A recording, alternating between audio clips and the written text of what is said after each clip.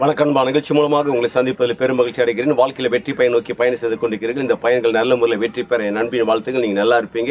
இப்போ இருக்கிறத விட 1000 மடங்கு அதிகமாக முடியும். நம்ம சேனைகள் கர்த்தர் தாமே உங்களை ஆசீர்வதித்து உயர்த்துவாராக. நல்ல கவனிப்பார்கள். இன்றைக்கு வெற்றி பயனில் இருந்து கொண்டிருக்கிற நீங்கள் ஞானம் ஒரு காரியத்தை முக்கியமாக அறிந்து கொள்ளணும். நீங்கள் கவலைப்படாமல் இந்த உலகத்தில் இருக்கணும். ஏனென்றால் கவலை தான் மிகப்பெரிய ப்ராப்ளத்தை ஏற்படுது.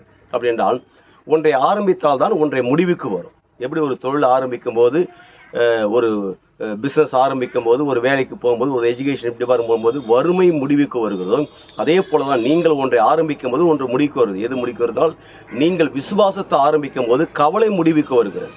அப்போ விசுவாசத்தை ஆரம்பிக்கும் போது என்ன உண்டாது? கவலைகள், கண்ணீர்கள், பிரச்சனைகள், போராட்டங்கள் எல்லாம் முடிவுக்கு வருது.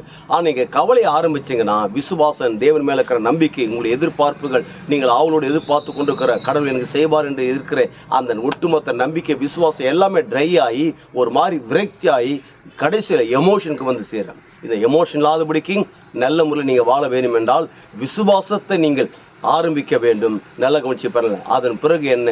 உங்களுடைய விசுவாசத்தை பலவீனப்படுத்துகிற கவலைகள் முடிவுக்கு வரும். இதை செய்து பாருங்க. இதை செய்யும்போது என்ன நடக்குது? ஒட்டுமொத்த உலக நாடுகளுக்கு நம் ஆண்டவர் இயேசு கிறிஸ்து உங்களை கடன் கொடுக்கும்படியாக வைக்கிறார். நீங்கள் வற்றாத நீரூற்றை போல இருப்பாய் என்று சொல்லி உங்களிருந்து விடைபெறுகிறேன். உங்கள் நண்பன் ரவி, பெரிய பாளையம்.